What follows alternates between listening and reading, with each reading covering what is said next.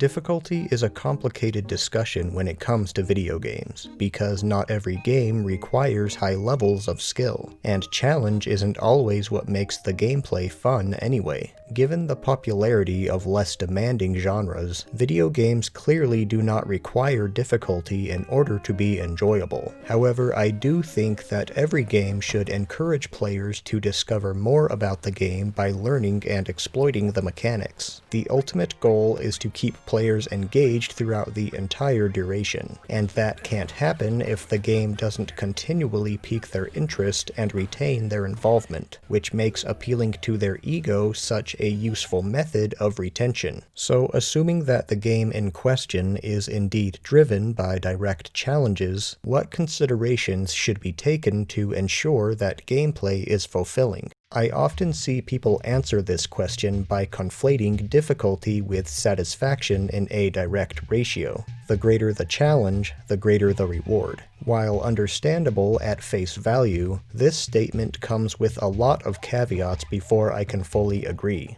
Responsibility, fairness, intuitiveness, transparency. These are attributes that any game should live by, but they become increasingly important as the difficulty steepens. The game needs to earn the trust of its player base before it can test them, and this is achieved through proper tutorials and a lot of communication, whether directly through HUD or UI elements, indirectly through gameplay, or a combination of the two. Players should never feel frustrated due to a lack of direction or understanding, and play sessions should never feel like a complete waste. When criticizing difficulty, these are the pillars from which I will judge. I would argue that a player's motivation generally comes from the perceived sense of progress, and having roadblocks based on difficulty could be considered a waste of time if handled poorly. At their worst, level-up systems are just a lazy way to inflate difficulty and extend playtime. In a typical RPG, for example, when I'm stuck grinding low-level enemies for hours on end to earn sufficient stats, the game is no longer testing my skill, it's testing my patience. Games also waste players' time by punishing them to redo challenges they've already completed without an explicit gameplay reason. Punishment is often a necessary element because it pressures players to improve their skills by giving them something to lose, and progress is by far the easiest thing to take away. But the more difficult a challenge is, the less players should be expected to redo if they fail. Punishments are a teaching tool more than anything else, and thus ought to be implemented sensibly, because over-punishment is a quick way to raise frustration and kill motivation. The key to making difficult games fun is convenience. A surplus of save points and other advantageous mechanics go a long way to preserve the motivation to succeed, and in my case they are pretty much required to keep me in high spirits. Upon failure, players should immediately understand what went wrong, and be able to adjust their game plan if need be. The game should inform players of all the tools at their disposal, and should not allow players to unknowingly take on challenges they have not been prepared for, which brings us to the issue of accessibility. It's important to note that accessibility does not necessarily equal less challenging. If the developers did their job to properly teach the mechanics of their game, then it's ultimately the player's prerogative to decide what's outside of their comfort zone. In terms of play control, developers should work to devise the best possible control scheme, one that is adaptable and makes smart use of the controller.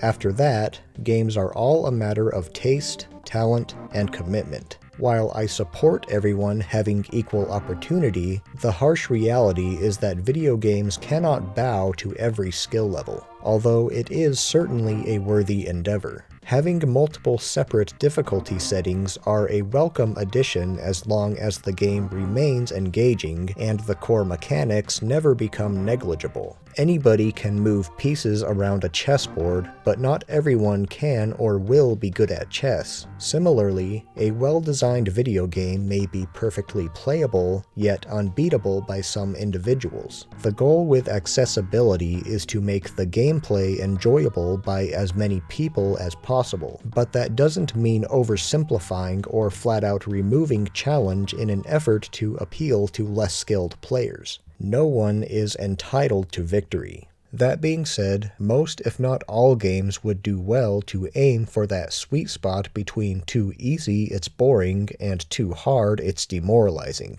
While that line may be indeterminate due to varying skill levels, it's nothing that thorough playtesting can't solve. I personally favor games that strive to test players from the low to somewhat hard skill range in order to finish the game, and reserve the higher skill level content for those who wish to go the extra mile. This easy-to-pick-up, tough-to-master design philosophy makes it approachable without dumbing down the overall experience or neglecting the hardcore players. But no matter the difficulty level, there needs to be convenient options to retry or otherwise recover from failure, while being careful not to negate punishments altogether. Doing so will hopefully prevent frustration and replace it with resolve. In a skill-based game, the only thing I should truly fear to lose is my pride. I want to end this video the same way I did when discussing video game length, because I feel the message is equally applicable. A game can be as hard or as easy as it wants so long as it respects the time of its players and properly develops its mechanics without spreading them thin. The bottom line is that if I'm playing for recreational purposes, then I'm only willing to play a game until it fails to return my investment. And at that point, I have no shame in leaving it for something else.